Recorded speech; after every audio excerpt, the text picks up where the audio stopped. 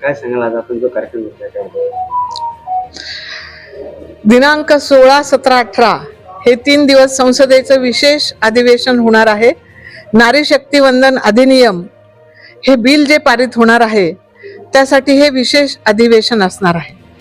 आज आपण त्यासाठी ही पत्रकार परिषद घेतलेली आहे की नारी शक्ती वंदन अधिनियम हे बिल जे पारित होणार आहे ते आपल्या सगळ्यांच्या माध्यमातनं या बिलाचं महत्त्व, त्यातनं महिला नेतृत्व जे उदयास येणार आहे, महिला ज्या सक्षमीकरणाच्या आपण ज्या गोष्टी बोलतो त्यातनं महिला नेतृत्व सक्षम होणार आहे, यासाठी आपण आज इथे एकत्रित आलो होतो. खरं म्हणजे सगळ्यात पहिले आपण जर पाहिलं तर देशाचे पंतप्रधान माननीय नरेंद्रजी मोदी यांचं जेव्हा पहिलं भाषण झालं लाल किल्ल्यावर, तेव्हा त्यामध्ये त्यांनी महिला स्वच्छतागृहाचा विषय मांडला होता.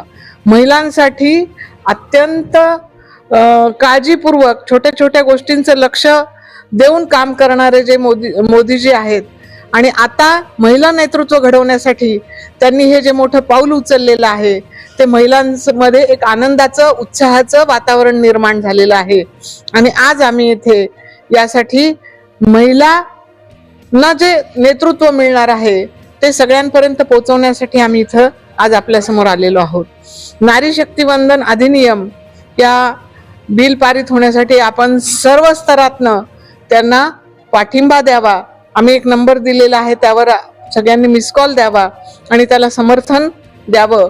तसेच या अभियानासाठी शहरामध्ये विविध उपक्रम होणार आहे. त्यामध्ये पदयात्रा असेल, नंतर बुद्धिजीवी महिला, डॉक्टर, वकील, तर NGO असतील यांचं संमेलन होणार आहे. सर्वसामान्य महिलापासून तर बुद्धिजीवी महिलांपर्यंत हे मोदीजींना धन्यवाद मोदीजी म्हणून पोस्ट कार्ड टाकण्याचं अभियान होणार आहे आणि सर्वसामान्य महिला सुद्धा यामध्ये उत्साहाने सहभाग घेत आहे.